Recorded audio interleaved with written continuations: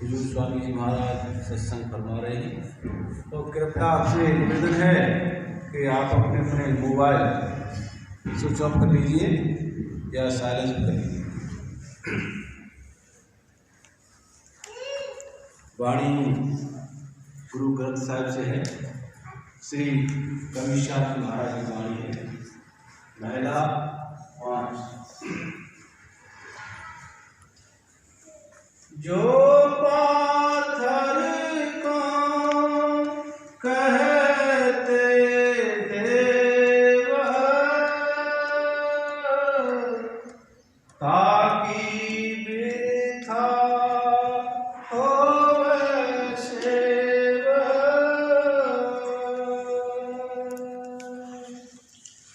जो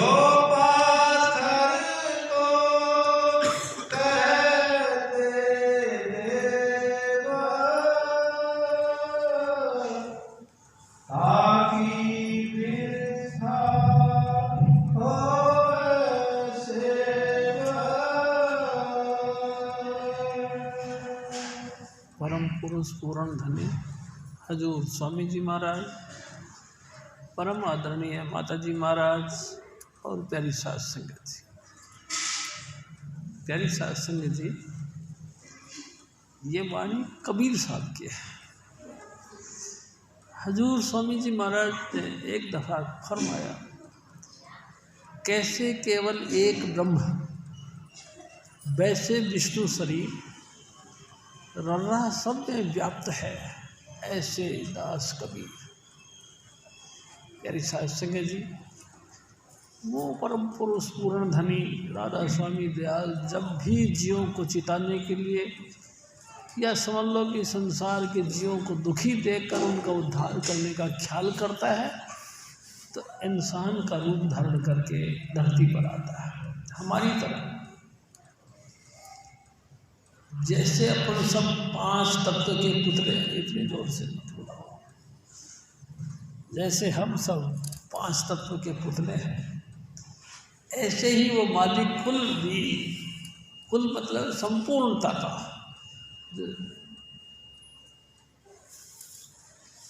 सभी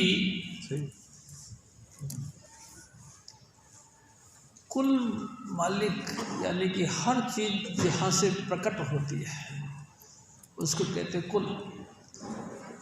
वो इंसान का चोला धारण करके धरती पर आता है। हमारी तरह ही जो है वो उसका लालन पालन होता है, हमारी तरह वो खाता पीता है, हमारी तरह ही वो सब काम करता है। लेकिन एक विशेषता होती है, क्या? तो कोई ना कोई गुरु के आश्रा लेकर के उसके बताए हुए मार्ग पर चलकर अपनी सूरत को शब्द के साथ लगाकर अपना उद्धार कर लेता है। फिर उनकी सोबत में जितने लोग जाते हैं उनका भी वो उद्धार कर लेता है। जिस चीज़ को उसने पाया है उसी चीज़ का लोगों को भी परिचय देता है। प्यारी साध संगत जी, जिस महापुरुष की वाणी आज अपने सबके सामने रखी जा रही है, ये एक बेमिसाल हस्ती है। एक दफ़ा हजूर महाराज कृपाल सिंह जी ने पूछा कि महाराज आपने दुनिया से हटके काम क्यों किया? जितने भी संत महात्मा आज तक धरती पर आए हैं सब माँ के पेट से आए हैं, माँ के गर्भ के द्वारा आए हैं। तो कहने लगे कृपाल सिंह, मैं अपने अनामी देश में बैठा था, जीवों की पुकार मेरे तक पहुंची, फिर मैंने सोचा कौन माँ के गर्भ में जाएगा, 9-10 महीने तक इंतजार करेगा। जैसे ख्याल था वैसे ही ख्याल लेकर मैं नीचे की तरफ आ गया। यहाँ आया तो पृथ्वी को देखने लगा। बनारस के करीब एक लहर तलैया यानी छोटी सी कहना चाहिए कि पानी का जलाशय था। उसमें मैंने देखा एक कमल का फूल खिला ताज़ा ताज़ा, मैं उसी पे आकर प्रकट हो गया। प्यारी साध संगत जी, जन्म मरण दो में नहीं, जन परोपकारी आए। जिया दान दे भक्ति लावण हर्षों लेन मिलाए। स्वामी जी हमारे कहा करते थे ऐसे महापुरुष जन्म और मृत्यु इन दोनों की परिधि के अंदर नहीं रहते, इन दोनों के हद से बाहर रहते हैं। ना वो जन्म में आते हैं ना वो मृत्यु में आते हैं। प्यारी साध सिंह जी परमात्मा के साथ जुड़े हुए आते हैं और लोगों को भी परमात्मा के साथ जोड़ने के लिए आते हैं। क्यों? क्योंकि वो परोपकारी होते हैं, दूसरों का भला करने के लिए आते हैं। प्यारी साध संग जी दूसरे के भला करने का अगर ख्याल करते हैं तो दुनिया भर में जो दान पुण्य जो चलता है ये परोपकारी करके किया जाता है। लेकिन देखो परोपकार कहाँ से होता है? प्यारी साध संग जी हजूर स्वामी जी महाराज कहा करते थे जो दूसरे का उपकार करे। दूसरा पहले हमारा अपना उद्धार हो जाए तभी तो हम दूसरे का उद्धार करें।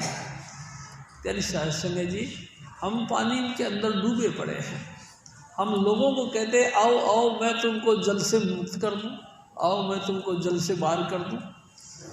कैसे कर सकते हैं? जब हम ही डूबे पड़े हैं हम तुमको मुक्त कैसे कर सकते हैं? प्यारी साध संग जी सबसे पहले हमको इस जलाशय से मुक्त होना है, इस पानी के समुद्र से मुक्त होना है। अगर हम मुक्त हो गए तो हम आपका बाजू पकड़ के मुक्त कर सकते हैं। प्यारी साध संग जी जब हम ही डूबे पड़े हैं तुमको कैसे बता सकते हैं? तो हजूर स्वामी जी महाराज हमारे कहा करते थे कि पहले मन परबो दो अपना, पीछे और रिझाओ। पहले हम जाने किसी चीज़ को, गुरु की कृपा से गुरु की शरण में जा कर के उनसे 5 नाम का दात लें और 5 नाम की दात ले कर के उसका लगातार हम अभ्यास करें। अभ्यास करके फिर क्या करें? जीते जी इस पिंड यानी कि शरीर से मुक्त हो जाए, यानी कि हमारी सूरत तमाम इंद्रियों से तमाम बॉडी में से निकल करके यहाँ आए और अंतर में जाकर महान प्रकाश अनहद नाथ पच्चे शब्द अनाहत बाजे संगे सारंग पाणी कबीर दास तेरी आरती की निरंकार निर्वाणी। इस स्टेज पर आकर हम महसूस करें कि 5 प्रकार का शब्द यानी कि 5 नाम जो लगातार गूंजते हैं उनका अभ्यास करें और इस भवसागर से मुक्त हो जाए। ऐसा व्यक्ति जो कि मुक्त हो चुका है उसकी सोबत में हजूर स्वामी जी महाराज हमारे कहा करते थे 10 बैठे 20 बैठे 1000 बैठे लाख बैठे, जितने लोग उनके सोबत में बैठते हैं वो भी उद्धार पा जाते हैं। प्यारी साध संग जी ये उन्हीं महापुरुष की वाणी है। स्वामी जी महाराज कहा करते थे कि जब ये लहर तलैया में प्रकट हुए तो उधर से एक बढ़िया परिवार वैश्य परिवार निकल रहा था। पानी पीने के ख्याल से तालाब में गया।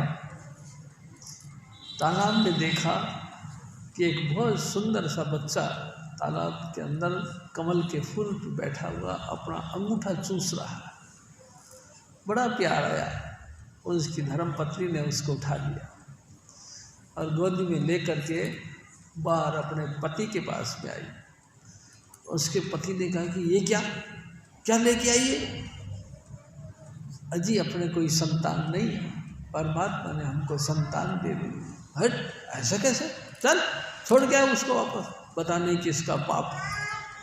प्यारी साध संग जी बुरी सी भाषा कही और वो बनियानी वापस ले जाके उसी कमल के फूल पर इसको छोड़ के आए। प्यारी साध संग जी थोड़ी देर बाद एक मुसलमान परिवार नीरू और नीमा वो भी उधर से निकले। वो भी पानी पीने के ख्याल से तालाब तर गए और बच्चे को देखा और गोद में उठा के ले आई। उसके पति ने भी उसको बहुत ज़ोर से डांटा, लेकिन वो लगातार उनके हर बात का जवाब देती रही आखिरकार उन्होंने कहा कि लोग तेरे को कहेंगे तो तू क्या जवाब देगी? तो दे दूँगी, मेरा बेटा मेरा बेटा।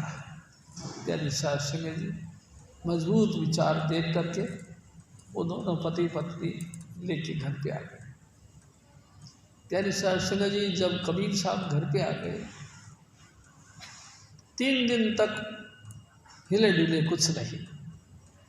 हैरान हो गए कि भाई ये कैसा बच्चा है, 3 दिन हो गए हैं, ना रोया है, ना हंसा है, ना हिलता है, ना डुलता है। प्यारी साहब संगत जी, जब उन्होंने ये चिंता जाहिर करी तो कबीर साहब ने कहा कि मेरे को भूख लगी है और मैं बछिया का दूध पीऊँगा। प्यारी साहब संगत जी, इसी बात से हैरान हो गए लोग। पूरे मोहल्ले में आवाज़ हो गई कि वो 3 दिन से तो बोला नहीं, अब बोला है तो बड़ी अजीब बात बोला है कि मेरे को भूख लगी और मैं बछिया का दूध पीऊँगा। प्यारी साहब समझ तर्क वितर्क शुरू हो गई कि बछिया भी कहीं दूध देती है। एक सियाने आदमी ने कहा कि अब तो ज़्यादा विचार क्यों करते, एक बछिया लाके उसके सामने खड़ी कर दो। प्यारी साहब संगत जी, ऐसा ही किया गया, एक बछिया लाके उसके सामने खड़ी कर दी।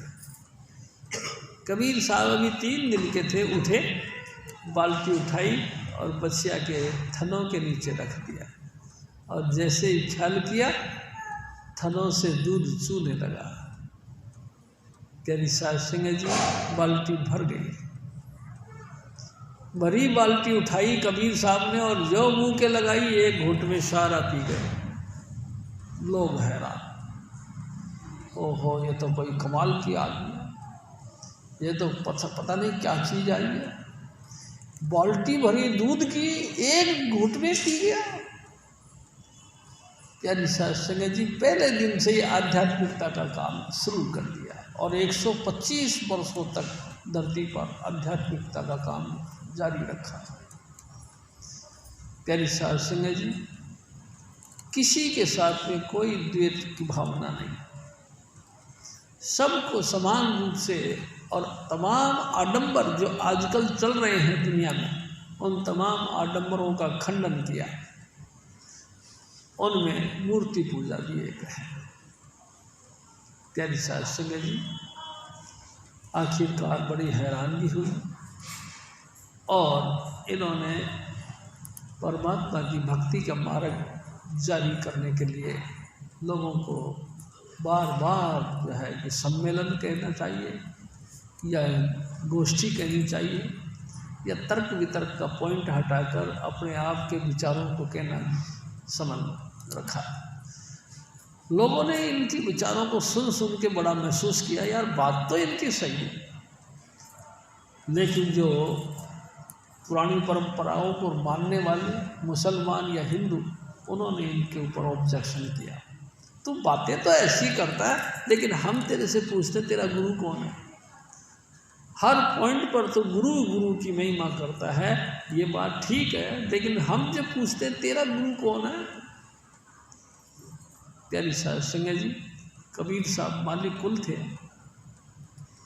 स्वामी रामानंद जी महाराज उस समय के प्रधान जो है कि आध्यात्मिकता के क्षेत्र के अंदर परम पूजनीय थे। इन्होंने भी गुरु रामानंद जी का नाम दे दिया कि आपके गुरु कौन है? रामानंद जी। रामानंद जी का जैसे ही नाम किया तो रामानंद जी तो बड़े भाई ज़बरदस्त तरीके से चलते थे। वो तो किसी मरीज को अपने मुंह में लगाते थे, किसी घटिया जाति को अपने पास बैठने भी नहीं देते थे। मुसलमान तो बिल्कुल मलेच्छ जाति, वो कैसे बैठने देते। कबीर साहब ने कौतुक रचा। प्यारी साहब संगत जी, मेरे सतगुरु बताया करते थे कौतुक क्या रचा। स्वामी रामानंद जी नित्य 3 बजे उठ करके गंगा स्नान को जाते थे, जिसके कारण से किसी की छाया भी ना पड़ जाए इन पे। प्यारी साहब संगत जी, रोज यही सिलसिला था। उस दिन जब स्वामी रामानंद जी गंगा स्नान को जाने लगे तो ये कबीर साहब छोटे से बालक बन के पौड़ियों पे लड़क गए, पौड़ियों पे लेट गए। स्वामी रामानंद जी जैसे गए तो पौड़ी पर ये पड़े थे, इनको पता नहीं लगा और इनको टकरा गई, उनकी खड़ाऊ इनके सर को टकरा गई। उसने झट से हाथ लगाया और उठ खड़ा, राम राम बोल, राम राम बोल, राम राम बोल बेटा, राम राम बोल, और आप गंगा स्नान को चले। प्यारी साध संगत जी, जब समाज में ये बातें फैल गई कि मेरा गुरु स्वामी रामानंद है, तो स्वामी रामानंद जी को लोगों ने कहना शुरू कर दिया, भगत जी वैसे तो आप बड़े जो है कि शुद्ध बनते हो, घटिया जाति को मुंह नहीं लगाते, लेकिन कबीर को आपने नाम दिया जबकि वो मलेच्छ जाति का। तो स्वामी रामानंद जी ने कहा कि मैंने तो कबीर को नहीं देखा, मैंने कोई नाम नहीं दिया, वो कोई मेरा चेला नहीं। प्यारी साध संगत जी, नारद मुनि का काम करने वाले ने आके उधर भी कह दिया, अरे कबीर साहब आप कहते हो कि मेरा गुरु रामानंद जी है, रामानंद जी तो आपको जानते ही नहीं। उन्होंने कहा ऐसी बात तो नहीं है, स्वामी रामानंद जी ने ही मेरे को गुरु ज्ञान दिया है। बातें दोनों तरफ से खूब फैली और फैसला ये हुआ कि भाई ऐसा करो तुम कबीर को मेरे सामने लेके आओ। प्यारी साध संगत जी, स्वामी रामानंद जी भगवान राम के पुजारी थे, मंदिर था उनका, राम के पुजारी थे।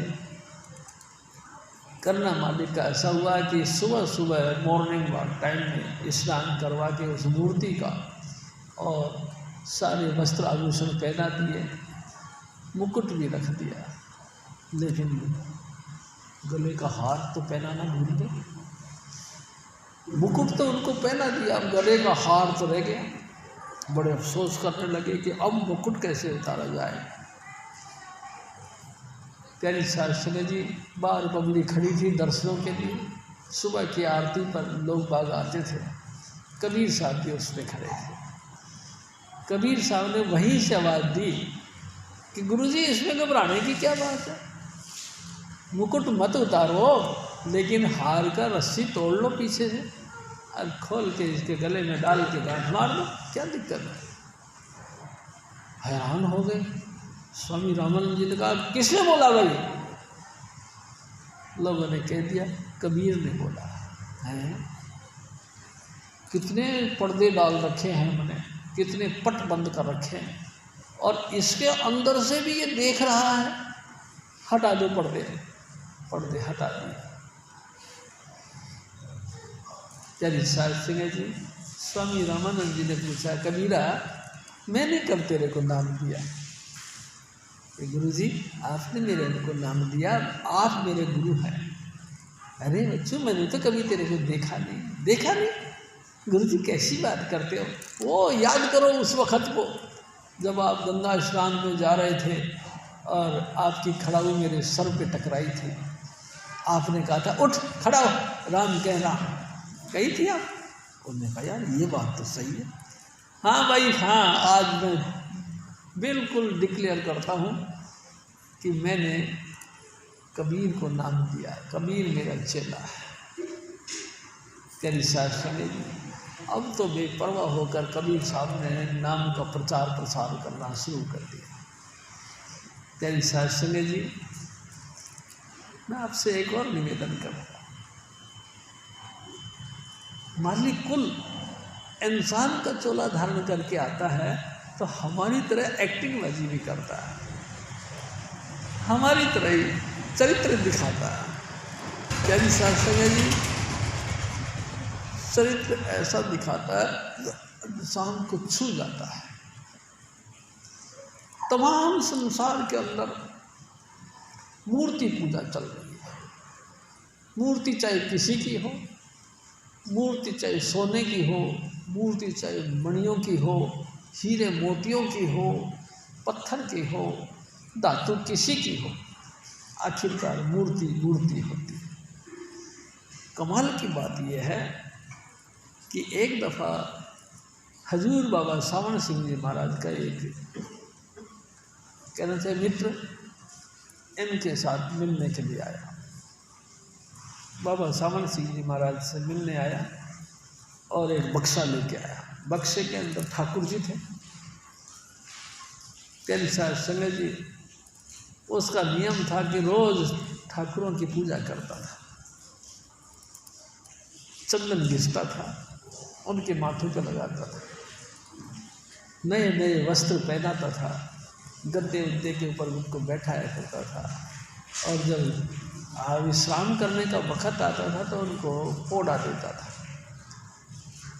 एक दिन वो टोपी भूल गया, बक्से के अंदर बंद कर दिया।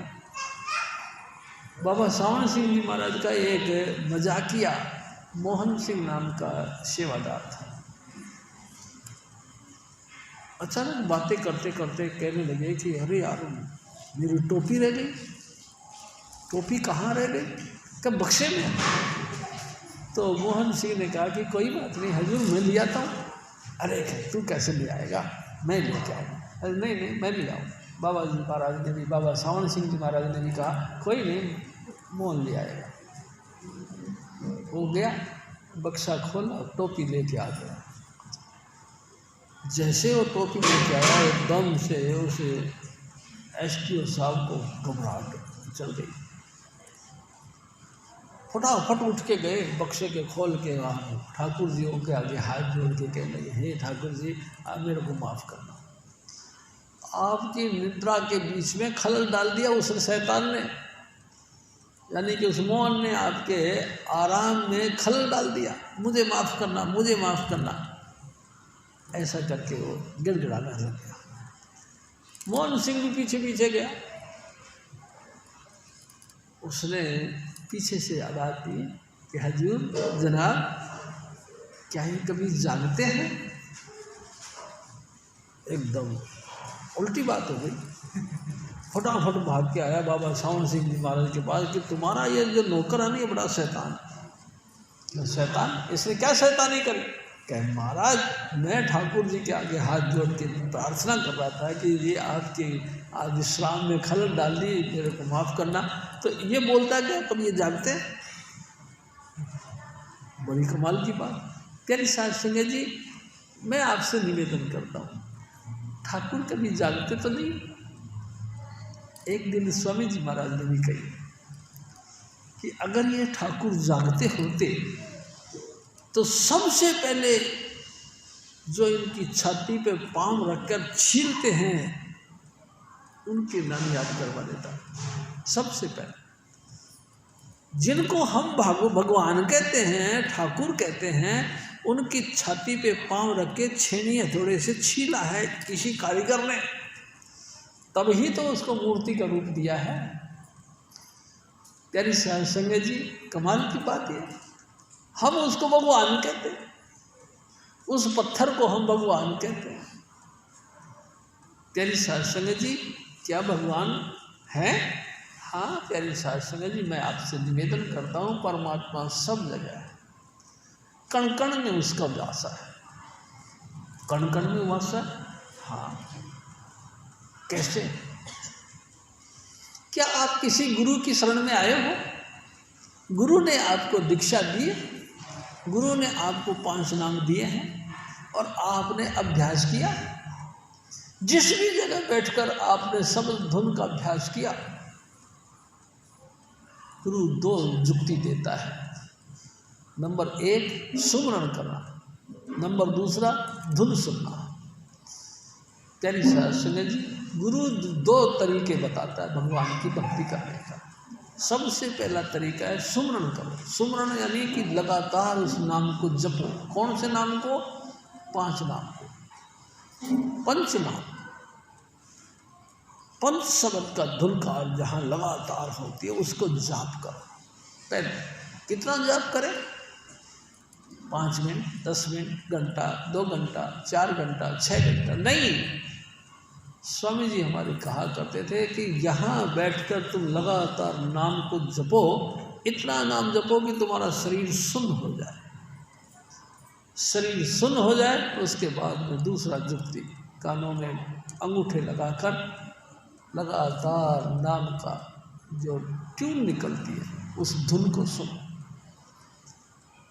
प्यारी साध संगत जी, पुतली में तिल, तिल में भरा राजकुल का कुल। आँखों के बीच में जो हमारा पुतली है, पुतली के बीच में जो मोती है, उस मोती को यहाँ टेक करके लगातार उस धुन को सुनो। 14 तबक का हाल अय्या हो तुझे जरूर, गाफिल ना हो ख्याल से होशियार देखना। तुम्हारे यहीं पे अंतर में पड़ता लगा पड़ा है। उस नाम के जपने से, शब्द धुन के सुनने से वो वज्र की वाड़ खुल जाएंगे आपके। ईसा मसीह कहते हैं तुम रोज खटखटाओ, रोज खटखटाओ, एक दिन तुम पे खोल दिया जाएगा। ये दरवाज़ा एक न एक दिन तुम पे खोल दिया जाएगा। और खोल देने से क्या होगा? 14 तबक का हाल, यानी कि हालात, 14 भुवनों का पूरा ब्यौरा तुमको सामने आ जाएगा। तेरे को जानकारी हो जाएगी 14 भवनों का।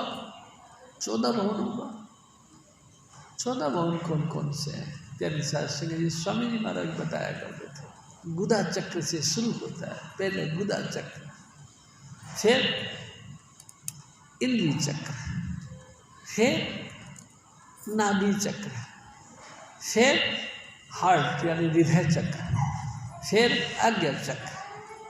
प्यारी साध संगत जी, ये 5 चक्र ये, फिर 5 अंदर के सहस्त्रार, ब्रह्म, पार ब्रह्म, कूटस्थ ब्रह्म और सचखंड।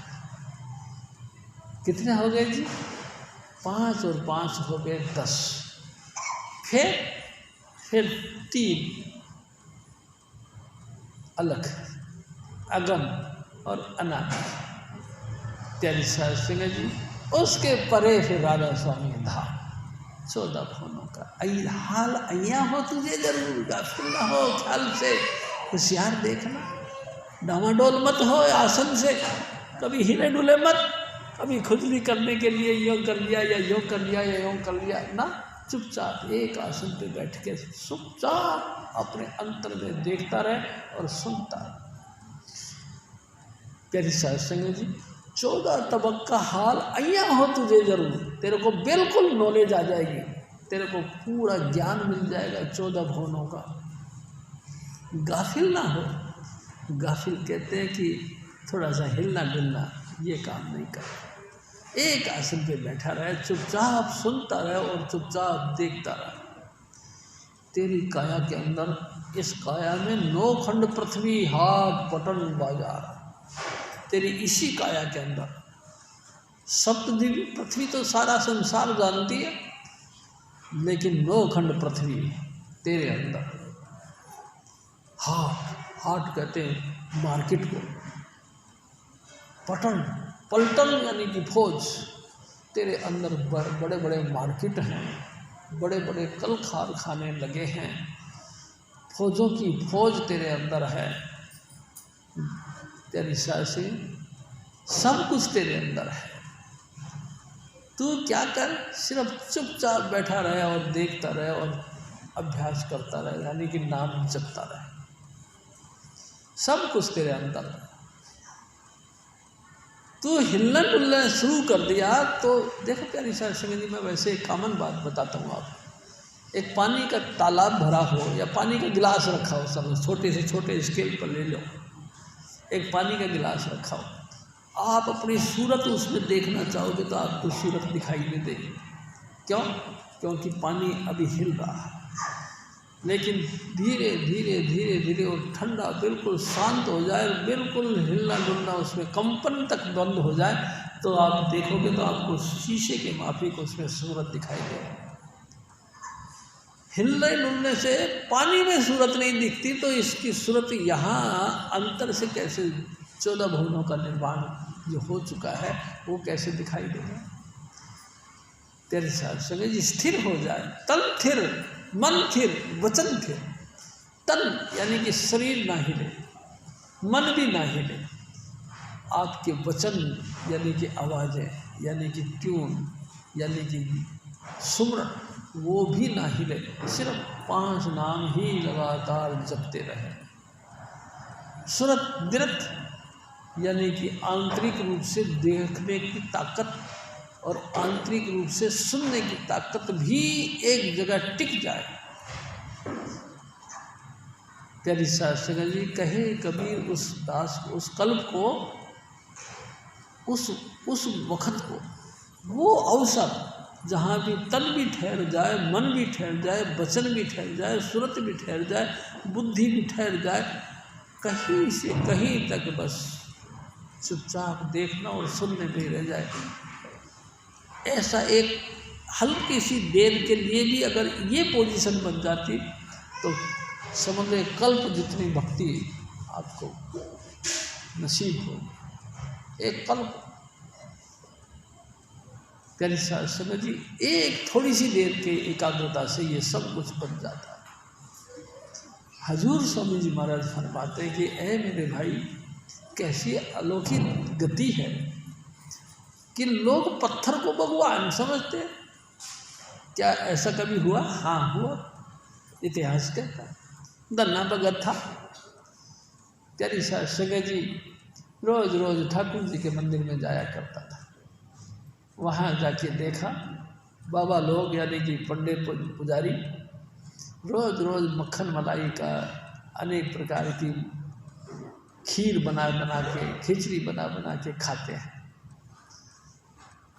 देख देख के धन्ना भगत जो कि पिछले जन्म में गुरु थे, अब वो शिष्य बन के आए। कहने लगे बाबा जी आप तो बड़े मज़े मारते हो, हमको भी दे दो ठाकुर जी, हम भी रोज़ाना घर पे ऐसे खीर मलाई बना बना के खिलाएंगे, हम भी खाएंगे। बाबा जी ने कही कि अच्छा तेरे को वही लेना है ठाकुर जी? कहता हाँ, तो एक गाय देनी पड़ेगी जो दूध देती है। उसने कहा गाय ले लो। प्यारी साहब से ने गाय दे दी और एक बट्टा उठा के उसको दे दिया कि ले जा, ये ठाकुर जी है, रोज़ पूजा पाठ करना है इसकी। उसने कहा ठीक है। उसने बट्टे का क्या करना था, ले जाके साइड में रख दिया। प्यारी साहब संगत जी और भजन बंदगी करने लगे। एक दिन का संजोग बना कि बाबा जी को किसी काम से इंटर स्टेट जाना था, इंटर स्टेट जाना था। उसने कहा यार धन्ना, क्या हाँ बाबा जी, यार हम बाहर जा रहे हैं, 2-4 दिन लग जाएंगे हमारे, तू ही मंदिर की सेवा सुबह कर देना, ठाकुर जी को भोग लगा देना। देखो एक बात है, जब तक ठाकुर जी नहीं खाएं तब तक तू खाइयो मत। उसने कहा ठीक है बाबा जी। प्यारी साहब संगत जी बाबा जी चले गए। दूसरे दिन उसने खीर बनाई, खीर बना के ठाकुर जी के आगे रख दी कि खाओ जी। अब कहीं बट्टे भी रोटी खाते हैं। प्यारी साहब संगत जी सुबह से हो गई शाम, खाए नहीं, और वो भी बेचारे नहीं खाए। बड़ी मुश्किल हो गई। आज का दिन निकल गया, कल हो गया, कल भी निकल गया, परसों हो गया, परसों भी निकल गया, नरसों हो गया। 5 दिन बीत गए, ठाकुर जी खाए नहीं और धन्ना भगत भी खाए नहीं। आखिरकार जब देखा कि भाई रोटी भी सूख गई, खीर भी जम गया, हाल खराब हो गया, तो उन्होंने थोड़ा सा विद्रोह करा। एक कुल्हाड़ी उठाई और जाके ठाकुर जी को कहते कि खाते हो कि नहीं? प्यारी साहब संगत जी, ठाकुर जी ने कहाँ खाना था। उसने कुल्हाड़ी उठा के ऐसे मारने की करी, झट से पीछे से किसी ने पकड़ लिया। देखा तो हनुमान जी ने पकड़ लिया। अरे भाई साहब, अरे भगत जी काहे को नाराज हो रहे? नाराज की बात क्या करेगी, कितने दिन हो गए इनके आगे हाथ जोड़ते जोड़ते, खा लो खा लो खा लो। अपना ख्याल नहीं तो मेरा तो ख्याल करो, मैं भूखा हूँ। अरे ये तो पता है कि तुम पत्थर के हो, तुम्हारे को तो भूख नहीं लगती, लेकिन मेरा ख्याल करो, मैं तो भूखा हूँ। अरे सर कोई बात नहीं, खा लेंगे। मैं खाओगे कब? फिर भी कहानी लाला चौपड़ी के लिए, लल्ला चौपड़ी से बात नहीं चलेगी, खाना खाओ। एकदम राम जी प्रकट हो गए कहने लगे भगत जी खा लेंगे, लेकिन क्या हमको ये बूसी पुरानी रोटी खिलाओगे? बात तो सही है, अरे तो 5 दिन की पुरानी है। तो उन्होंने कहा बात ऐसी है जी, मैं कोई तुम्हारे बाप का नौकर हूँ जो तुमको रोटी बना बना के रोज़ खिलाऊंगे? नहीं खाओ तो मत खाओ। अरे भाई हमारे पास तो दूसरी रोटी है। प्यारी साध संगत जी, सीता माता भी प्रकट हो गई। हनुमान जी कहते कोई बात नहीं, हम रोटी फिर बढ़ा लेते हैं और फिर खा लेंगे, फिर तुमको भी खिलाएंगे, तो तुम्हारी मर्जी। हनुमान जी ने जाके लकड़ खड़ी इकट्ठी करी, सीता माई ने आटा गूंदा, रोटी बनाई, राम जी को भोग लगाने के लिए थाली में रख दी। राम जी कहे कि पहले तू खा, दन्ना भगत को। दन्ना भगत कहता है कि नहीं पहले आप खाओ, मेरा गुरु कह के गया कि पहले गुरु भगवान जी को भोग लगा के फिर ही खिलाना। प्यारी साध संगत जी दोनों बराबर में बैठ के खाने लगे। हजूर स्वामी जी महाराज एक और बात कहते थे, क्या? जब दोनों खा पी के फिर सारा रसोई साफ कर करा के टनाटन और बैठ गए, प्यारी साध संगत जी घर पे भी फिर ऐसा ही होने लगा। रहट चलाते थे दन्ना भगत, रहट ऑटोमेटिक चलता था, बस ख्याल से वो कहते थे कि रहट चलता रहे, और तो रहट चलता रहता था, पानी उसमें से आता रहता था।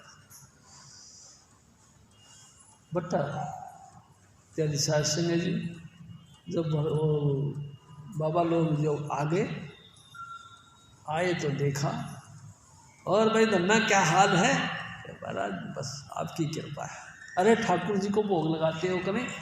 कहते जी बात ऐसी है कि मैं क्या भोग लगाऊं, ये खुद भोग लगाते हैं, मेरे को भी खिलाते हैं। क्या बोल होता है? ये खुद बनाते हैं और ये तेरे को भोग लगाते हैं? तेरे साथ संगत जी बड़े ताजुब की बात है, भगवान जी खुद बनाते हैं भोग लगाते हैं तेरे को? हाँ, ये कैसे हो सकता है? अरे ये की बात छोड़ो, मेरा तो रहट भी चलाता है, ये रहट चलाता है, खेत में पानी भी यही देता है, क्यारियों के अंदर पौधे में भी हैं। अरे नन्ना तू पागल हो गया है? नहीं महाराज पागल पुगल कुछ नहीं, ऐसा ही है, ऐसा है। स्वामी जी महाराज कहा करते थे, डॉक्टर जब ऑपरेशन करता है ना तो चीरा लगा करके सारी मवाद बाहर निकाल देता है। डॉक्टर साहब यानी कि दन्ना भगत एक एक करके सारी बातें करने लगे कि ओ गुरुजी तुम तो ठगों के साथ भी, मतलब ठाकुरों से भी ठगी करते हो। ठगी, ये बेचारे कभी खाते नहीं, लेकिन हलवा पूरी बना बना के रोज तुम डकारते हो, तुम्हें शर्म नहीं आती? अरे भगवान तो तुम्हारे अंतर में है, कहें? और धीरे धीरे उसको सारा आध्यात्मिकता का ज्ञान देना शुरू कर दिया। और भगवान जी के आगे जैसे लोग हाथ जोड़ते हैं, ऐसे धन्ना भगत के आगे उसने हाथ जोड़ दिया। धन्ना भगत ने उसको पूरा ज्ञान दिया, 5 नाम जाप करने का ढंग दिया, और अंतर में शब्द धुन का आवाज़ सुनने के तरीका बख्शा। प्यारी साध संगत जी, ये सिर्फ धोखे में ही तो रहते हैं ना। जो ठाकुर को, पत्थर को ठाकुर मानकर पूजा पाठ करके अपना जीवनी गुजार रहे हैं, ये सिर्फ धोखा ही धोखा तो कर रहे हैं ना भाई जी। धोखा के अलावा तो कुछ भी नहीं। ना उन्होंने कभी भगवान देखा, ना कभी भगवान के साथ में हम कलाम हुए, बातचीत करी। तो ऐसे फिर जब भगवान जी को प्रकट देखा ही नहीं तो उद्धार किसने होना है? किस लिए उद्धार होगा? किसका होगा? कभी नहीं हो सकता। हजूर महाराज फिर और फरमाते हैं,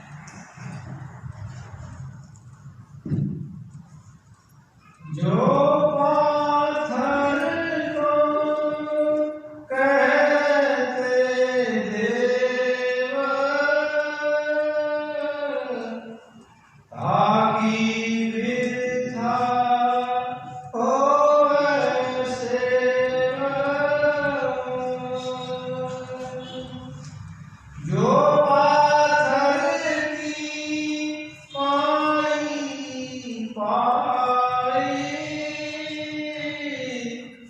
इसकी ढाल अजाई जाए। प्यारी साध संगत जी, ऐसे यानी कि पत्थर पूजा जिन्होंने कर करके अपना जीवन लगा दिया, जिंदगी खराब कर दी। प्यारी साध संगत जी, अभी कुछ बरसों पहले हजूर स्वामी जी महाराज के वक़्त जम्मू कश्मीर में एक मंदिर के अंदर प्यारी साध संगत जी ये आवाज़ उठी, जो इंसान भक्ति करते थे उनको एक चोट पड़ी। क्या कि लगातार पहाड़ पूजे हरि मिले तो मैं पूजूं पहाड़, ताते ये चक्की भरी जो पीस खाए संसार। पत्थर के पूजने से अगर भगवान मिलता है तो लाओ मैं पूरे पहाड़ को ही पूजना शुरू कर देता हूँ। फिर कहते हैं पहाड़ को भी पूज देंगे तो उससे भी हमारा पेट नहीं भरेगा, पेट भरेगा चक्की से। जो चक्की चलती है, आटा पीस पीस के निकाल के देती है, उस आटे को हम गूंथते हैं, भोजन बनाते हैं, उससे हमारा पेट भरता है। प्यारे साध संगत जी, कमाल की बात यह है, उसी वक्त एक और ट्यून निकाल दी उन्होंने कि कुत्ता सारा दिन मालिक की चाकरी करता है और प्यारी साध संगत जी सुबह सुबह इंसान जगता भी नहीं, कुत्ता दरवाजे पे खड़ा होके हाय हाय मचाना शुरू कर देता, भौंकना शुरू कर देता, जाग खुलती है इंसान की। प्यारी साध संगत जी, उसकी जाग खुलने से इंसान फिर हरकत में आता है, तमाम एक्शन करता है, तमाम काम करता है। तो ताते कुत्ता वाला जो नित उठ भोंके द्वार, जो रोज रोज तुम्हारे दरवाजे पे आवाज़ें मारता है। प्यारी साध संगत जी, इंसान को कैटेगरी बना दी कबीर साहब ने कि इससे तो बढ़िया कुत्ता है जो मालिक के दरवाजे पे रोज भौंकता है। इसी बात को लेकर बवंडर फैला, इतना जोर का फैला कि करीबन 7-8 आदमी मरे गए उस लड़ाई में। प्यारी साध संगत जी, मंदिर के अंदर तोड़ फोड़ मचा दी। क्यों? क्योंकि तुमने इंसान की कदर कुत्ते के बाद माफी बना दी। प्यारी साध संगत जी, बड़ी मुश्किल से जब राजकीय प्रशासन ने हस्तक्षेप किया तब जाकर बातचीत सुलझी। प्यारी साध संगत जी, क्या ये ठीक बात है? एक इंसान होकर, तुम जिंदा जागती हस्ती होकर, 5 तत्व के पुतले होकर, तमाम बरकतें तुम्हारे अंदर हैं, ये होने के बावजूद तुम निर्जीव को भगवान मानते हो। प्यारी साध संगत जी, ये समझ लो, परमात्मा तो महाचेतन है। चेतन यानी जागृत, चेतन यानी उनमें सब कुछ जिंदा है, जागेदा, सब कुछ हस्ती है। जो कुछ स्तुति प्रलय जो कुछ हुआ सत्य ही फिर उत्पत्ति हुई। स्तुति यानी कि निर्माण, तारीफ, बुराइयाँ, अच्छाइयाँ, घटिया, बढ़िया, निर्माण, अविनाश, ये संपूर्ण नाश और निर्माण सब कुछ इस परमात्मा के दम पे होता है। अगर परमात्मा है तो उसमें से जो महाचेतन है, हम गर्भ के अंदर जीव आके पड़ा और वो महाचेतनता का अंश इसमें डला। धीरे धीरे गर्भ का विकास हुआ और हम पूर्ण इंसान के रूप में बन गए। जब बन गए, वायु वेग के प्रभाव से हम गर्भ से बाहर आए। प्यारी साध संगत जी, हमारा लालन पालन हुआ, हम फिर बड़े हुए, पढ़ाई लिखाई करी और हम फिर बड़े हुए, कारोबार किया और ब्याह शादी करके अपने संतान पैदा कर। ये जो घटनाक्रम है, ये लगातार जो आगे से आगे चलता रहता है। ये कौन है? अगर चेतनता उसके अंदर नहीं होती, एक निर्जीव पत्थर को ले लो, प्यारी साहब सिंह जी रख दिया, 20 साल बाद में क्या, 50 साल बाद में क्या, 100 साल बाद में पत्थर से और पत्थर तो पैदा नहीं होता। ये तो इंसान के अंदर जागृति है, उसमें ये तत्व है चेतनता का। उस महाचेतनता के प्रभाव से चेतनता आई और गर्भ से बच्चा पैदा हुआ और बच्चे ने विकास किया और अपने आप को और बच्चे संतान पैदा करने के लायक बना दिए। प्यारी शास्त्री जी, ये सब चेतनता का प्रभाव है। चेतनता अगर परमात्मा में नहीं होती तो फिर किसी भी चीज़ का विकास नहीं होता। महाचेतन क्या हो? प्यारी शास्त्री जी, पहले पानी जीव है, जितना या सब लोग, सारा संसार सबसे पहले पानी को धारण करता है। माँ के गर्भ के अंदर प्यारी सिंह जी बिंद यानी कि वो पानी की बूंद गिरती है और माँ का रक्त मिलकर वो बूंद इंसान को खाका बनाता है। प्यारी सिंह जी, ये नवनिर्माण कहाँ से होता है? ये महाचेतन से। परमात्मा जो कि लगातार चेतनता का सागर है, समुद्र है, उसकी धारा इससे लगी तो ये निर्माण हुआ। प्यारी सिंह जी, अगर वो महाचेतन नहीं होता, देखो ना, चेतनता के अनेकों अनेक प्रकार हैं। एक गऊ है, हरा घास खाती है, सूखा घास या हरा घास खाती है और दूध देती है सफ़ेद। ये क्या हुआ? ये चेतनता का प्रभाव। प्राणी जगत के अंदर सब था, हर जगह यही चेतनता काम करती है। प्यारी सिंह जी, अगर चेतनता नहीं होती तो कुछ भी उत्पत्ति नहीं होती। उत्पत्ति प्रलय शब्दे हुई, शब्दे ही फिर उत्पत्ति हुई, उत्पत्ति फिर वो विनाश यानी कि प्रलय। शब्दे हुई, शब्द से ही यानी शब्द धुन से, यानी कि ट्यून जो आपके अंदर लगातार अखंड कीर्तन जो बजता है, उसी के आश्रय ये सब कुछ होता है और उसी के आश्रय ये वापस उसमें लीन हो जाता है। लीन होने के बाद में दोबारा पुनरुत्पत्ति फिर शब्द के माध्यम से होती है।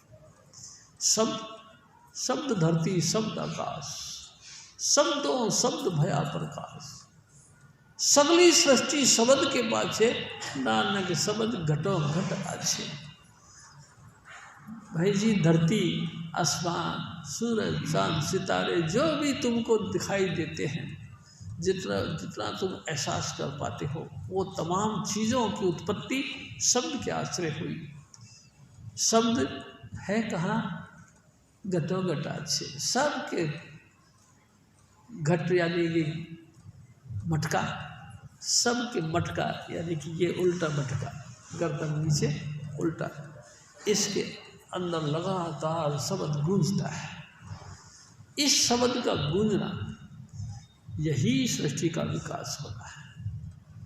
प्यारी शास्त्री जी, जब इस शब्द की धारा टूट जाती है तो बंदे को डेड बॉडी कह देते, मृतक कह देते, मुर्दा कह देते। मुर्दे के ऊपर चाहे तुम कितना ही चंदन लेप करो, चाहे तो तुम जो है कि बर्फ़ की सिल्ली रखो, कोई एक्शन नहीं होता, क्योंकि वो शब्द की धारा टूट गई, इससे शब्द की धारा उससे अलग हो गई। प्यारी शास्त्री, शब्द तो जिंदा चीज़ है, जिंदा है, लेकिन ये मिलता कैसे? जिंदगी से मिलती है। प्यारी शास्त्री जी, कोई जिंदा जावेद हस्ती कोई मिले जो शब्द धुन के साथ कांटेक्ट रखता है, उसकी शरण में हम जाएं, वो हमारे को टच दे करके लाइट ऑफ गॉड के साथ जोड़ता है। परमात्मा प्रकाश स्वरूप है, उसकी टच करने से हमारे अंतर में प्रकाश प्रकट होता है। वही फिर अपने कानों में हाथ लगाकर प्रणव की धुन, कोई सिर पर हाथ रख करके प्रणव यानी ओंकार की धुन जारी करता है। प्यारी शास्त्री जी, जिंदगी जिंदगी से मिलती है। मुर्दा का हाथ लगाने से कभी लाइट नहीं आती। जिंदा पुरुष जिसने अपने सतगुरु की कृपा से नाम लिया, अभ्यास किया और उसको प्रैक्टिकल अनुभव लेता है, उसके टच करने से ही हमको भी लाइट ऑफ गॉड अनुभव मिलता है। हजूर महाराज फिर और भर पाते हैं।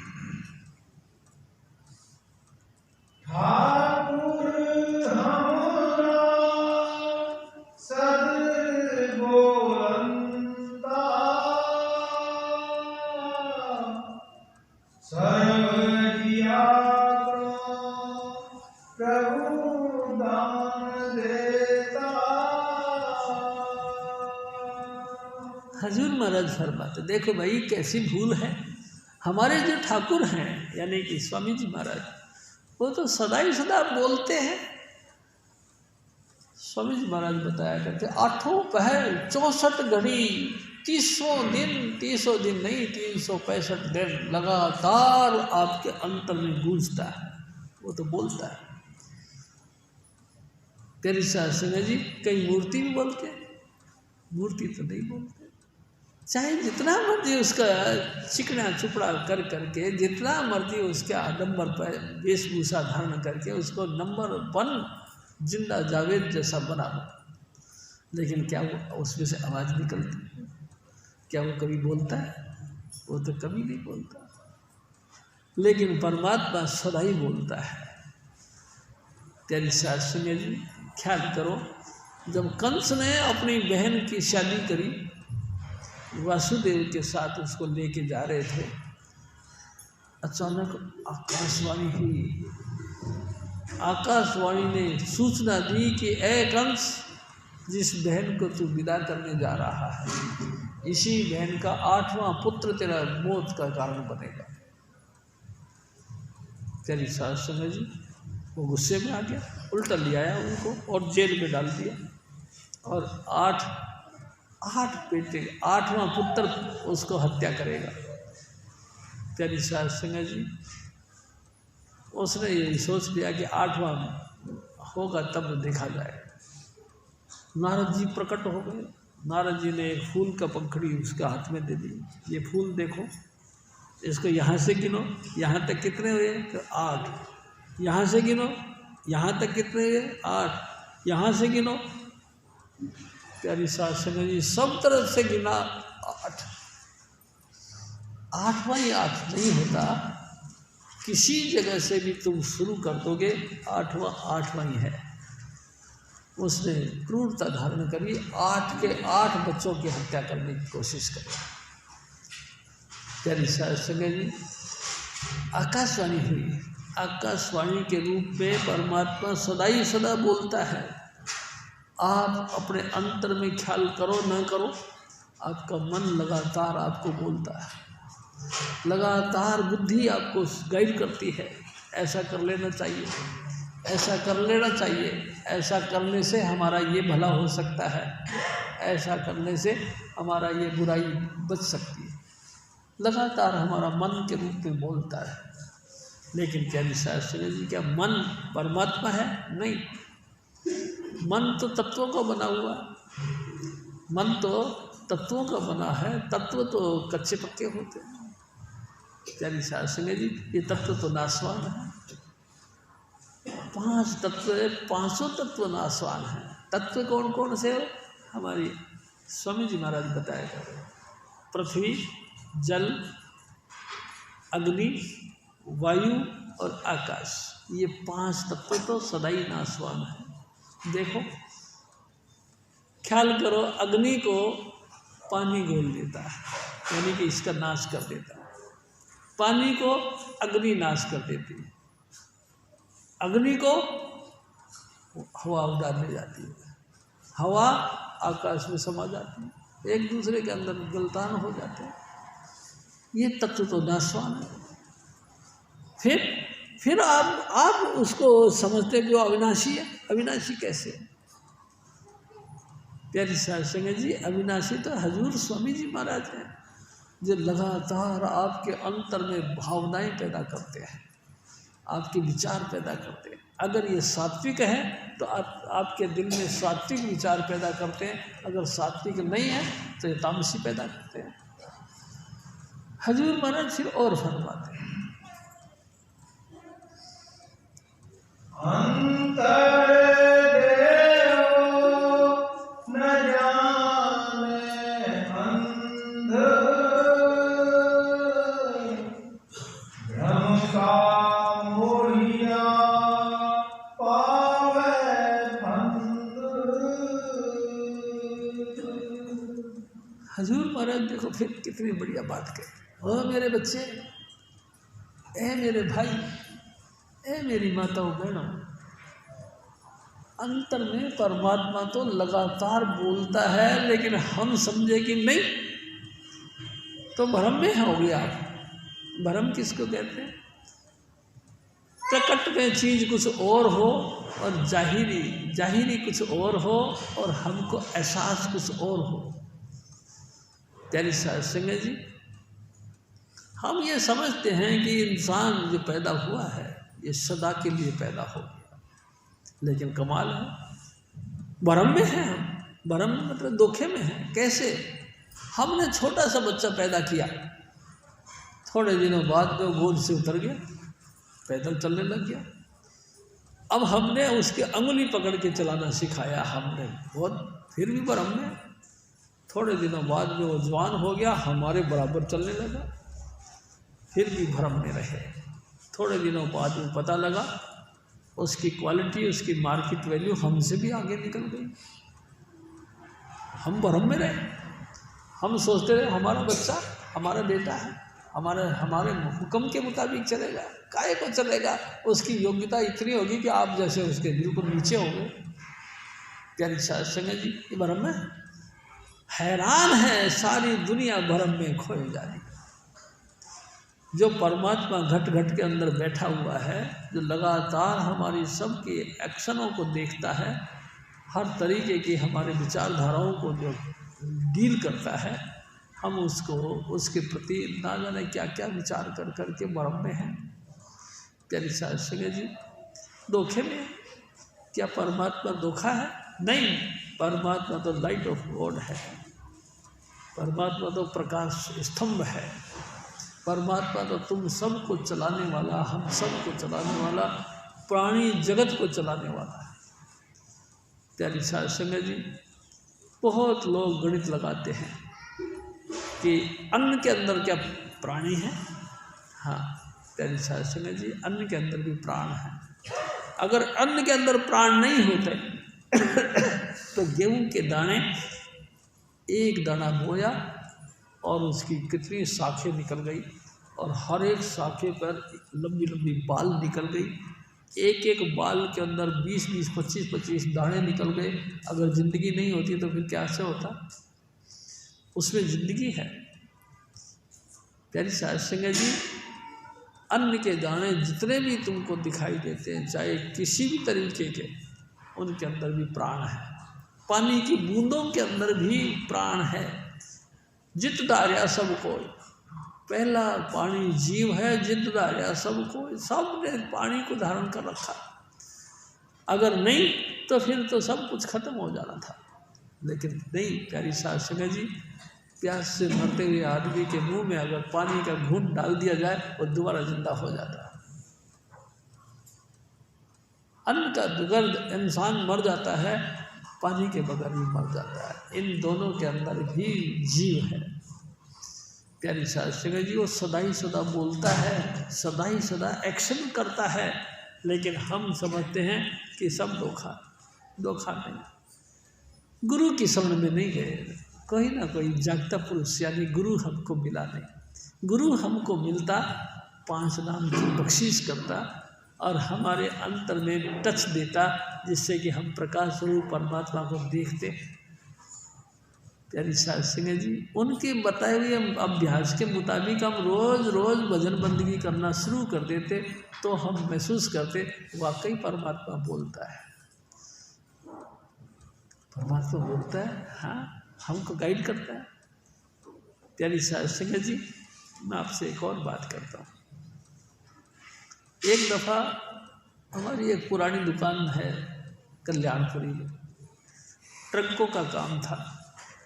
प्यारी साध सिंह जी, हमने दूसरी मंजिल पर कड़ियाँ डाल रखी थी, कड़ी यानी कि लकड़ी कड़ियाँ तसिए, उस पर पत्थर डाला हुआ था। बारिश के दिनों में जब पानी ज़्यादा गिरा वो थोड़ा सा झूल गई, ऐसे दोने की तरफ बन गई, उसमें पानी भर गया और सारा पानी अंदर से चूना शुरू कर दिया। बक्से हमारे सब गल गए, खराब हो गए। हमने सोचा कि क्या किया जाए। प्यारी साध सिंह जी, हमने सोचा कि इसको उतार के इस पर चद्दर डाल देंगे। चद्दर डालने का ख्याल करके इसको तोड़ना शुरू कर दिया। बारिश शुरू हो गई। प्यारी साध सिंह जी, बारिश का मौसम देख कर मजदूर हट गए कि हम नहीं करेंगे, क्योंकि छत के ऊपर चिकनी मिट्टी डालते हैं। जब ये देखा तो मैंने कहा कोई बात नहीं, ऐसा करो मैं पकड़ाता हूँ। प्यारी साध सिंह जी, मैं चढ़ गया वो छत पर, एक एक पत्थर उतार के और मैं मजदूर को पकड़ाने लगा। जैसे ही मैं मजदूर को 2-3 एक पत्थर पर पकड़ाए होंगे, मेरा पैर स्लिप हो गया और एकदम से ऐसा ज़ोर से स्लिप हुआ कि पत्थर का पता नहीं लगा और मेरा पता नहीं लगा। मैं ज़मीन पे आ गया। मेरे सतगुरु ने ऐसे करके गोद पे लेकर मेरे को नीचे उतार दिया। वो पत्थर तो मिला ही नहीं आज तक। प्यारी साध सिंह जी, क्या परमात्मा जिंदा नहीं है? परमात्मा सदा नहीं है? अगर वो सदा नहीं होते तो मेरी रक्षा कौन करता? प्यारी साध सिंह जी, परमात्मा सदा सदा है, अविनाशी है, वो कभी नाश नहीं होता। परमात्मा का कभी नाश नहीं होता। परमात्मा तो एवरग्रीन है। प्यारी साध सिंह जी, उनकी लाइफ, उनकी ज़िंदगी, वो तो सदा सदा है। वो हैं तो संसार है, अगर वो नहीं होते तो संसार ही काहे का होता। प्यारी साध सिंह जी, आप कहाँ से आते हैं? आपके बाल बच्चे कहाँ से होते हैं? अगर परमेश्वर है तो आप भी हो, आप हो तो आपकी संतान भी है, आपकी संतान है तो आपके घर का सब कुछ वैभव भी है, सब कुछ आपके पास जो भी कुछ है सब परमात्मा का दिया हुआ। और फिर भी कमाल करते हैं कि फिर भी हम कहते हैं कि भगवान नहीं है, ये कैसे हो सकता है? हजूर महाराज फिर और फरमाते हैं, ना पाथर बोले ना कुछ दे, फोकट कर्म निफल है सेवा। कबीर साहब देखो क्या कहते, ओ मेरे बच्चे सुन,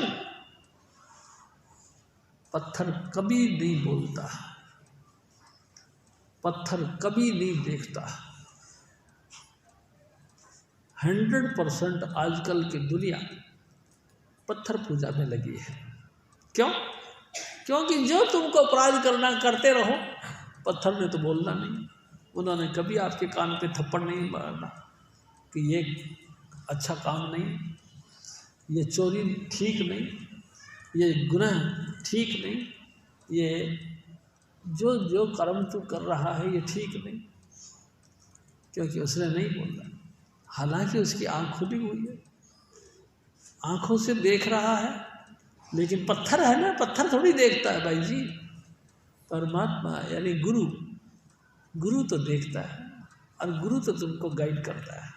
देख काका इस तरह नहीं करा करते, देख मेरे बच्चे इस तरह नहीं करते, देख मेरे भाई इस तरह से नहीं करते। वो तो बार बार बोलता, हर पॉइंट पर हमको सलाह देता, और जो उनकी सलाह को नहीं मानता, प्यारी साध सिंह जी, वो फिर मात खा जाता है, वो फिर मात खा जाता है। फिर बाद में हो मेरे को कहा तो था यार भगवान जी ने, मेरे दिल में ख्याल तो आया था कि ऐसा नहीं करना चाहिए, लेकिन फिर भी मैंने ऐसा अपराध किया। फिर बड़ा पछताता। तो कैसे पश्चाताप करता है, हे भगवान अब खाई सो खाई, आगे राम दुआई, आगे से मैं ये अपराध नहीं करूँगा, मुझे माफ़ कर।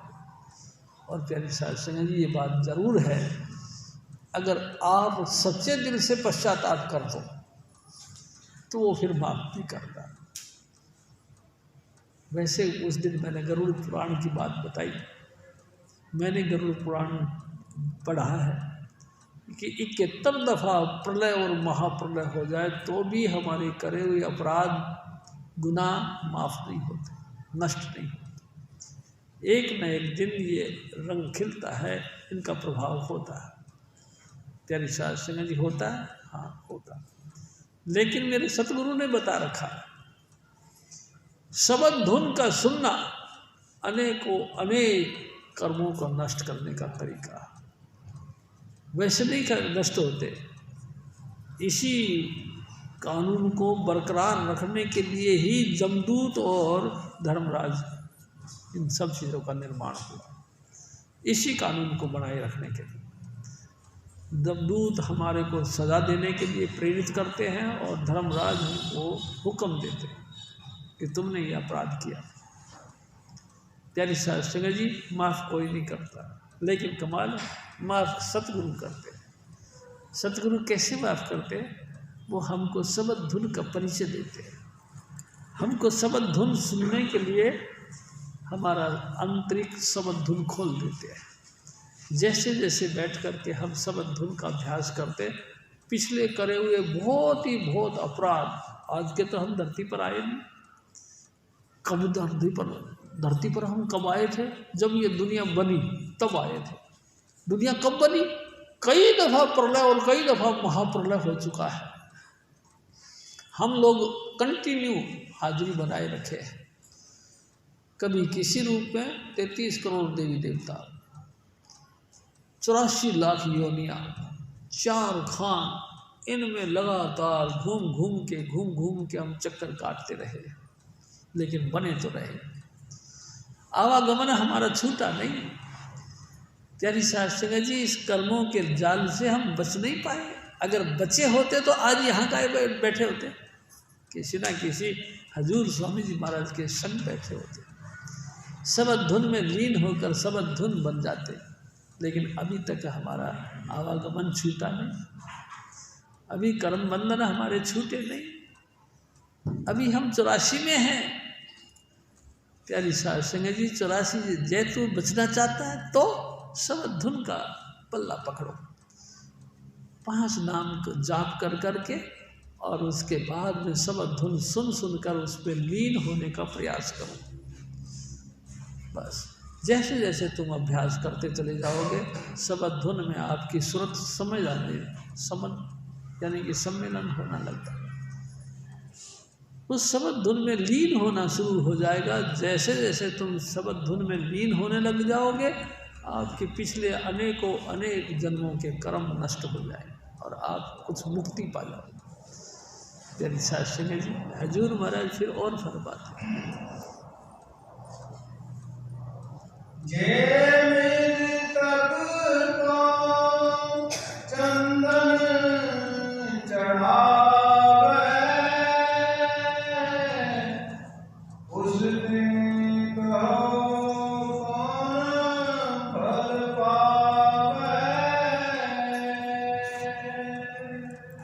कबीर साहब एक और बात बताते हैं। ओ मेरे बच्चे सुन, एक इंसान की डेड बॉडी हो गई, एक इंसान की डेथ हो गई। डेथ होने के बाद में उनका लाडला पुत्र रोना धोना शुरू कर दिया और चंदन का लेप उस डेड बॉडी पे कर दिया। कितनी खुशबू उसमें से निकली। लेकिन उससे पूछो मरने वाले से कि चंदन का लेप किया, आनंद आ रहे, वो तो नहीं बोले। कितना ही तेल फुलेल लगा उसके ऊपर। उसको पूछो, मृतक से पूछो, रेड्डी जी आनंद आ रहे हैं? रेड्डी जी ने कहीं बोलना नहीं। जितना मर्जी उसके ऊपर चंदन का लेप करो, जितना मर्जी फूल सुबास लगाओ, उससे पूछो कि तेरे को आनंद आ रहा है? उसने जवाब नहीं दिया। मृतक देही के ऊपर तुम जो भी कुछ करना चाहोगे करो, फल तो कुछ नहीं मिलने का। मृतक देही कहीं खुश होते, कहीं खड़ी होके बोलती है, कहीं बोल देती है कि मेरे को आनंद है। हाँ, वो अलग बात है। कोई और पॉइंट जो है बताया जाए तो वो अलग बात है। प्यारी सास सिंह हजूर स्वामी जी महाराज हमारे बड़े गुलगुले की तरह मुस्कुराते रहते थे। एक दफ़ा शीतल जी ने एक बात कही कि एक बिहारी की घरवाला मर गया। बिहारी का घरवाला मर गया तो फटाफट उनके बच्चे भाग के डॉक्टर को लेके आए। डॉक्टर ने झट से वो लगाया, कान पे छाती पे लगा के उसकी धड़कन चेक करी। उसने फैसला दिया कि तुम्हारा पति मर चुका। रोना धोना शुरू हो गया। अर्थी बनाई गई, अर्थी में लाद के उसको शमशान घाट ले गए। शमशान घाट लेके चिता तैयार की गई और चिता के ऊपर उसको लिटा दिया, प्यारी सास संग जी, और लुक्ति दे दी गई, यानी कि जलाने के लिए उसको जला दिया गया।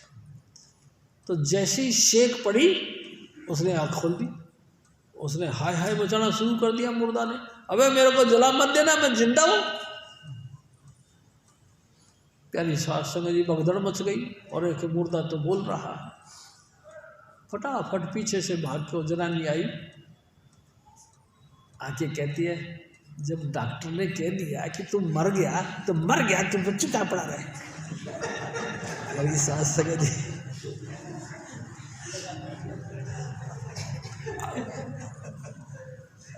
चुप चुप रहो।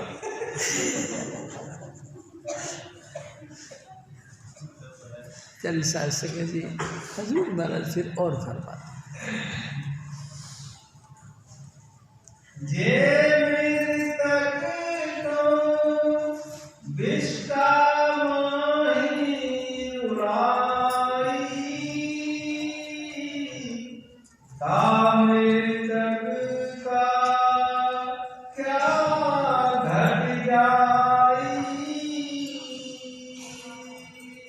प्यारी सास संग जी मृतक देही होने के बाद भी इसके 2-3 काम रहते हैं। नंबर 1, क्या तो इसका जला के संस्कार कर दिया जाए, क्या इसको जल प्रवाह कर दिया जाए, क्या जमीन खोद के उसके अंदर कब्र में दफना दिया जाए। प्यारी सास संग जी चौथा एक काम और भी करते हैं लोग। कहते हैं साउथ की तरफ दरखत के साथ बांध के चले आते हैं, पक्षी आते हैं, नोच नोच के उसके मांस को, उसके खाल को, उसके चमड़े को, सबको खा जाते हैं। जब डेढ़ लास्ट में वो बॉडी ख़त्म हो जाती है, हड्डियों का पिंजर रह जाती है, तब उसको ज़मीन में गाड़ देते हैं। प्यारी सास संग जी काम तो यही है, लेकिन एक बात है, जो गुजर चुका यानी गर्भ मर गया, उसकी बॉडी को चाहे तो मक्खन का लेप करो, चंदन का लेप करो, या उसको बिष्टा में लपेट दो तो उसका कुछ घट जाएगा। बिष्टा में उसको डाल दिया। एक ऐसा भी सुना हमने कि ये कुएं के अंदर डाल देते तो भी उसका कुछ बिगड़ता नहीं। प्यारी सास संग जी एहसास कब होता है? जब जिंदगी है। मैं आपसे पहले भी निवेदन किया, जिंदगी से मिलती है। प्यारी सास संग जी जब तक आप देही के अंदर हो, आपका हर काम आपको सूट करता है, आप उसका सुख दुख एहसास करते हैं। जब मृतक शरीर हो गया फिर कुछ भी करो, कोई फर्क नहीं पड़ता। और कमाल की बात यह है 100% मृतक के कर्म किए जाते हैं। प्यारी सास संग जी 10 पिंड भराए जाते हैं, 10 गात्र किए जाते हैं। प्यारी सास संग जी पिंड भरवाने के चक्कर में, सैयादान वगैरह के चक्कर में अनेक जो है कर्म कांड किए जाते हैं और पंडित जी महाराज पेट भर के लूटते हैं। और हम भी उनके आस्था के अंदर कि मेरा पिता है, करना ही चाहिए, ऐसा ऐसा करके हम भी उनकी लुटाई में आते हैं। प्यारी साध संगत जी, क्या ये ठीक है? संत मत तो ठीक नहीं कहते, संत मत तो इसको ठीक नहीं कहते। देखो मैं आपसे एक और बात करता हूँ, संत मत क्यों नहीं ठीक करता? जब पता लगा कबीर साहब को कि अब तुम्हारा चलाने का वक़्त आ गया है, यानी कि चोला छोड़ने का वक़्त आ गया, तो उसने पूरे समाज में कह दिया कि अब हम चोला छोड़ना चाहते हैं। और सारी दुनिया कहती है कि जो बनारस में चोला छोड़ता है वो स्वर्ग में जाता है, और मगहर में जो जाकर चोला छोड़ता है वो गधा बनता है। कबीर साहब ने चुना मगहर को कि हम मगहर में जाके चोला छोड़ेंगे। प्यारी साध संगत जी, मगहर पहुँच गए। वहाँ ऊसर भूमि थी, जैसे इन्होंने जाके वहाँ डेरा लगाया उसी वक़्त पास से पानी का स्रोत निकल गया। पहले पॉइंट ये है, शुभ भावना, शुभ लक्षण, उसी के जहाँ जाके इन्होंने डेरा लगाया उसी के पास से पानी का स्रोत निकल गया। रोज़ाना सुबह से शाम तक सत्संग होते रहा। लंगर पानी जो भी कोई आता था उसको खाने खिलाने के लिए हो गया। रौनकें जम गई, खूब ज़ोर ज़ोर से रौनकें जम गई। एक दिन कबीर साहब ने कहा कि भाई देखो, अब हमको जाना है, मैं अब इस कमरे में जा रहा हूँ, कम से कम आधा घंटे बाद दरवाज़ा खोल के देख लेना। प्यारी साध संगत जी, और वो कमरे के अंदर घुस गए, नीचे चादर बिछाई, ऊपर आप लेट गए, फिर ऊपर का चादर ले दिया। अब ये तो हो गया उनके काम। अब उनके जो सेवक थे वो आपस में लड़ पड़े।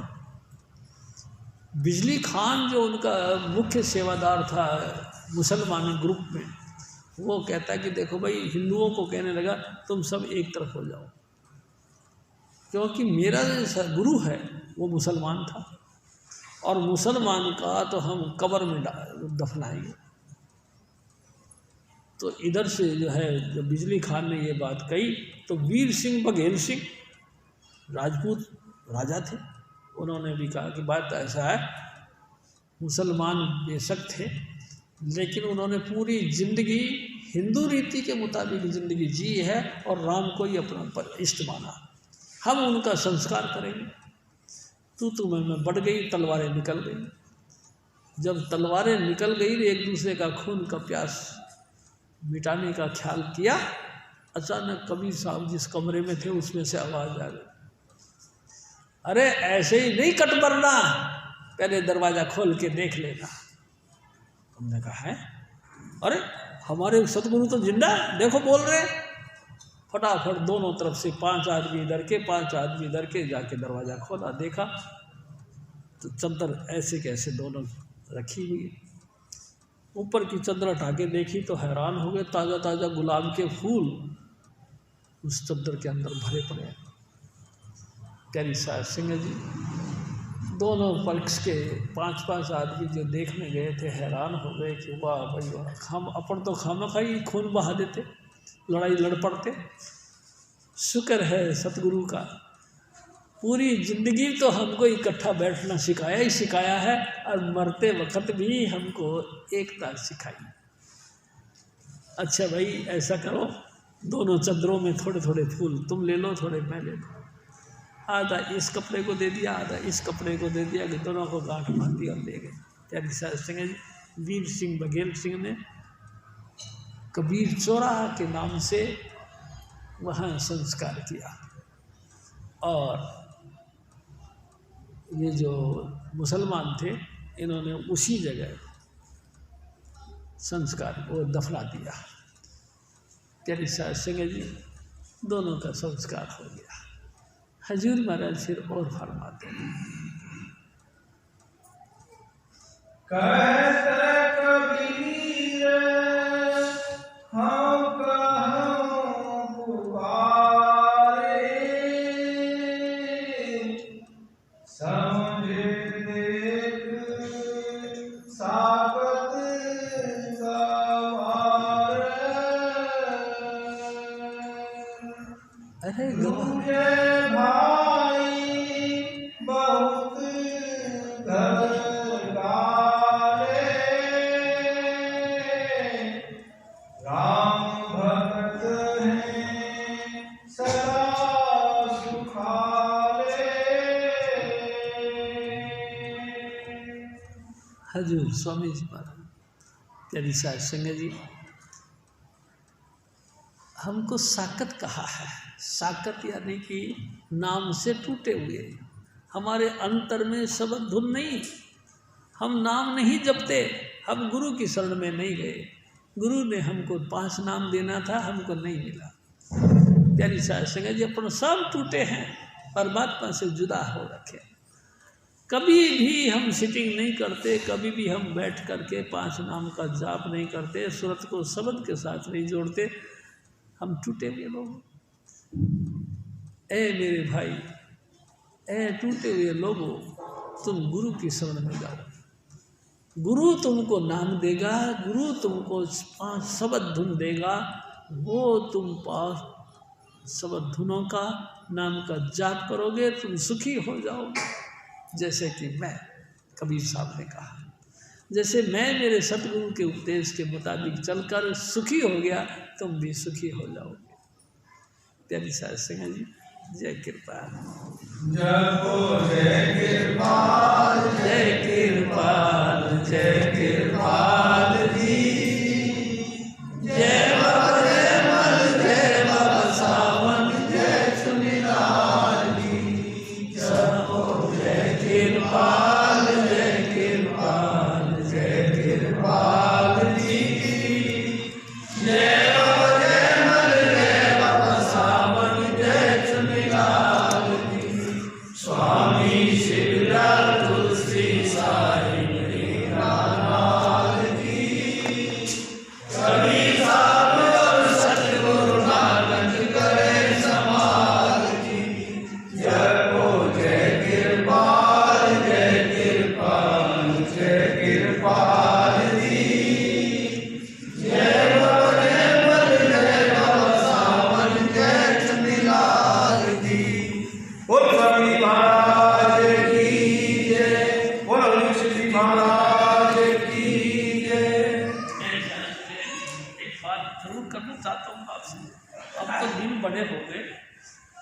टाइम से आया करो।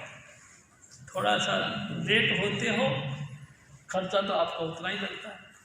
घर से बाहर निकले 20 रुपये लगे तो 20 रुपये लगेंगे, चाहे कितनी भी देर हो जाओ, तो टाइम से आओ, सब आनंद लो। हजूर स्वामी जी महाराज नित नई वाणियाँ निकालते हैं और हम लोगों को आनंद देते हैं। इस आनंद के अंदर ज़्यादा सम्मेलन होना चाहिए, सम्मिलित होना चाहिए और खुशियाँ मनानी चाहिए।